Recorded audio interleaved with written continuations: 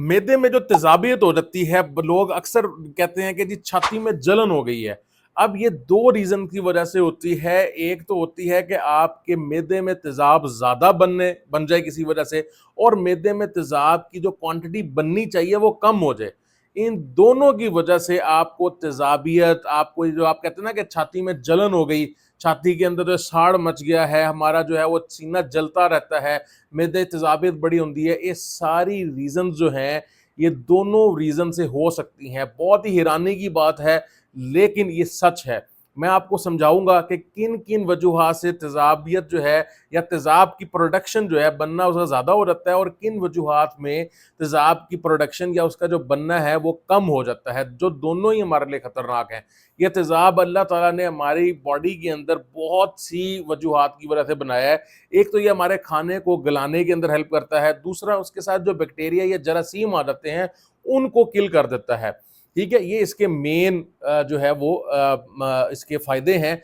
लेकिन कुछ ऐसी वजूहत है जिनकी बिना पे ये ज्यादा हो जाता है। अब सबसे पहले इसके अंदर आती है जितनी भी आपके गैस्ट्राइटिस हैं, और उसके अंदर स्पेशली आपका एच पाइलोरी का इन्फेक्शन। एच पाइलोरी के अंदर जब आपको गैस्ट्राइटिस होता है तो इनिशियल स्टेट में वो तेजाब बहुत ज़्यादा प्रोड्यूस करना शुरू कर देता है, क्योंकि अंदर जाके वो पैरेटल सेल्स जो होते हैं मैदे के, उनको एक्टिवेट कर देता है, और उसकी वजह से तेजाब ज़्यादा बनता है और तेजाबियत हो जाती है।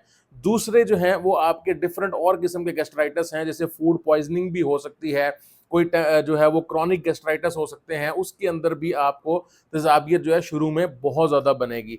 इसके बाद एक बहुत ही इंपॉर्टेंट डिजीज आती है जुलिंगर एलिसन सिंड्रोम। जुलिंगर एलिसन सिंड्रोम के अंदर भी मैदा बहुत ज़्यादा तेजाब जो है वो बनाना शुरू कर देता है, और ये जितनी चीज़ें मैं आपको बता रहा हूँ इसके अंदर आपको मैदे की जो गोली है, जो मैदे की तेजाब रोकने वाले, जिसको हम आमतौर पर राइजिक वगैरह ओमेगा वगैरह कहते हैं, वो लाजमी लेनी चाहिए। ओमेप्राजोल जो है वो लाजमी लेनी चाहिए, क्योंकि जितना तेजाब ज्यादा होगा एक तो आपको तेजाबियत होगी, ऊपर से ये आपके मैदे को इफेक्ट लाजमी करेगा।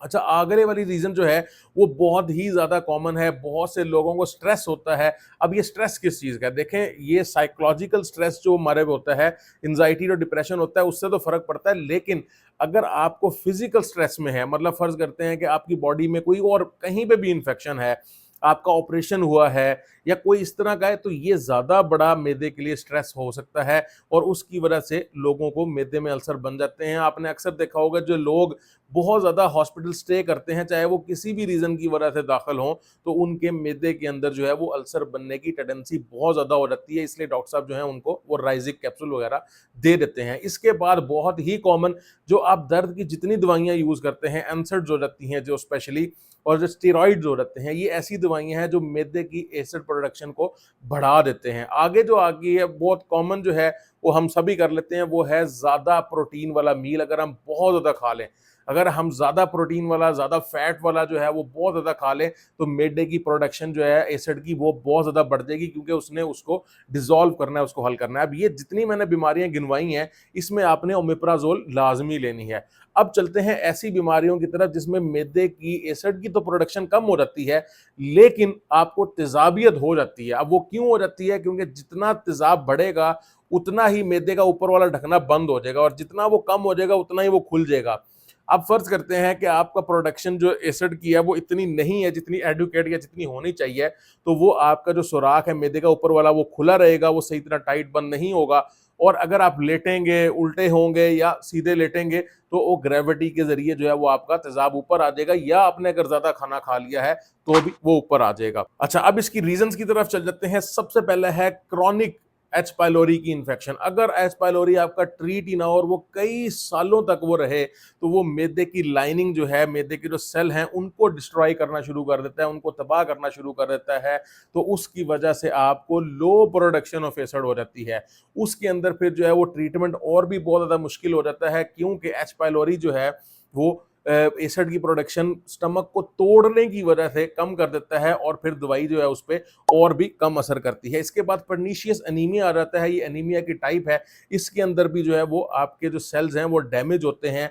मर्दों के अंदर खास तौर पे जिंक की कमी, जो जिंक की कमी है उसकी वजह से उनकी प्रोडक्शन जो है वो एसिड की कम हो जाती है, और उसकी वजह से जो है वो बहुत ज़्यादा मसाइल का शिकार होते हैं, उनका पेट का अफारा हो जाता है, उनको पेट में जो है वो हमेशा तेज़ाबियत, सीना जलना और इस तरह की खट्टी डिकारें आना, ये सारा कुछ उनको वो रहता है। एक और है कि अगर आप बहुत लॉन्ग टाइम से पीपीआई यूज़ करते आ रहे हैं, राइज़िक वगैरह किसी भी रीज़न्स की वजह से, आप जिगर की रीज़न था, आपका गॉल ब्लैडर का रीज़न था या कोई और स्ट्रेस था या कोई मेडिकेशन आपने लेनी थी ऐसी जिसके साथ आपने शुरू किया था, तो फिर जब आप वो बहुत कंटिन्यूअसली 1 महीने से ज़्यादा यूज़ करते आ रहे हैं, तो जब आप छोड़ेंगे तो रीबाउंड जो है वो आपको एसिडिटी होगी, बहुत ज़्यादा होगी, उस वक़्त एसिड ज़्यादा बनेगा और फिर वो बिल्कुल कम हो जाएगा।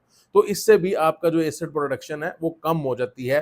तो इस तरह की डिफरेंट रीज़न होती है, इसमें आपने लाज़मी देखना है कि हमने किन सिचुएशंस में जो है वो अपने राइज़िक की गोली, मैदे की गोली, तेज़ाब कम करने वाली लेनी है और किन सिचुएशंस में नहीं लेनी।